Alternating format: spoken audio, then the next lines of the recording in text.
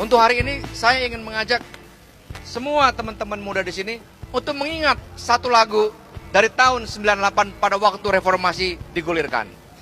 Lagunya begini.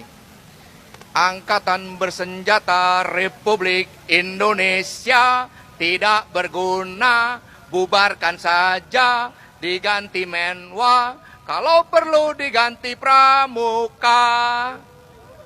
Naik bis kota nggak pernah bayar, apalagi makan di warung Tegal.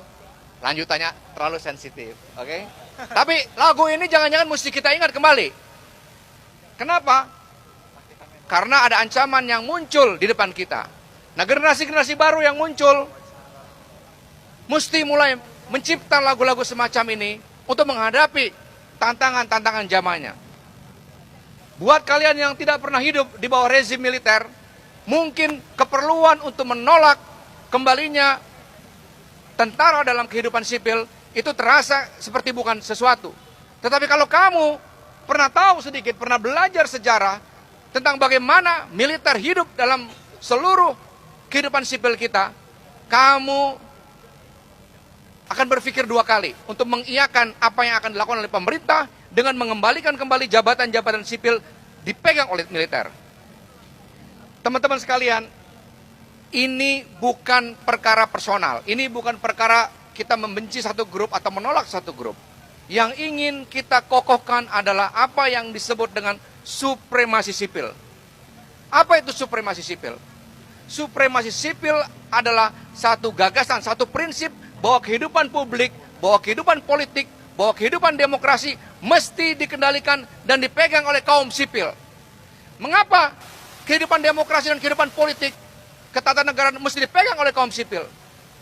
Tidak boleh dipegang oleh militer. Kenapa? Ada yang tahu nggak kenapa? Satu alasan saja, saudara-saudara. Karena kaum militer adalah orang yang memegang senjata. Orang yang memegang senjata, orang yang mengendalikan, mendominasi alat-alat kekerasan negara, tidak boleh mengendalikan kehidupan sipil lagi. Kenapa? Karena senjata tidak bisa diajak berdebat. Senjata tidak bisa diajak berdialog. Sementara demokrasi, sementara kehidupan ketatanegaraan harus berbasis pada dialog yang rasional. Itu sebabnya kita pada waktu reformasi mau mengembalikan kembali tentara ke barak. Bukan karena kita membenci tentara. Kita mencintai tentara. Tentara yang apa? Tentara yang profesional untuk menjaga pertahanan Indonesia. Tapi kita tidak menghendaki tentara masuk ke dalam kehidupan politik. Kenapa? Karena itu akan membawa kehidupan sipil kita ke dalam mara bahaya. Kenapa? Karena tadi yang saya katakan, tentara adalah kelompok sosial yang diberikan tugas untuk memegang senjata. Dan senjata tidak pernah kompatibel dengan demokrasi. Senjata tidak pernah kompatibel dengan kehidupan sipil. Itu mengapa kita menolak secara prinsipil apa yang dikatakan oleh Lord Luhut tadi. Jadi kalau Lord Luhut mengatakan siapa yang keberatan, kita sama-sama bilang, kalau kamu gak berani, saya sendiri yang bilang, kita keberatan. Seluruh sejarah demokrasi, sejarah politik Indonesia yang penuh berdarah-darah untuk mencapai reformasi menyatakan keberatan atas apa yang dikatakan oleh Lord Luhut itu. Maka kawan-kawan sekalian, kalau hari ini kita berkumpul di sini, maka ini harus menjadi peringatan. Pertama, untuk Jokowi dan pemerintahnya. Jokowi adalah pemerintahan sipil. Tapi dia tidak boleh menggadaikan supremasi sipil hanya demi kepentingan pragmatis pemilu. Tidak boleh. Justru pemilu mestinya mengokohkan kembali prinsip-prinsip demokrasi kita. Bukan justru menggerogoti demokrasi kita. Setuju nggak?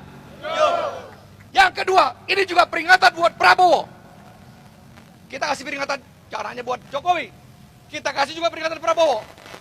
Bahwa Prabowo sebagai orang militer, kalau dia nanti berkuasa, moga-moga enggak.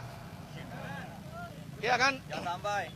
Siapapun yang berkuasa nanti, kalau dia ingin mengembalikan kembali gaya militer, struktur militer, ideologi militer ke tengah-tengah kehidupan demokrasi kita, dia akan berhadapan dengan kita lagi. Apakah berani kalian semua? Berani? Mesti berani. Mengapa kita mesti berani? Nah, ini yang terakhir. Kita mesti berani karena kita adalah warga Republik, saudara-saudara. Kita warga Republik. Apa artinya warga Republik? Warga Republik artinya kita hidup dalam kesetaraan. Tidak boleh ada orang yang lebih tinggi di atas kita. Apapun pangkatnya, apapun statusnya, apapun kekayaannya. Kita adalah warga Republik yang setara. Tidak boleh ada kelompok sosial satupun yang diistimewakan di Republik ini, siapapun dia. Jadi kalau ada tentara mau menduduki jabatan sipil, boleh apa enggak? Boleh, asal pensiun dulu. Jangan seenaknya. Jadi kita berdiri di sini atas landasan moral, atas landasan etika, atas landasan politik yang kokoh sebagai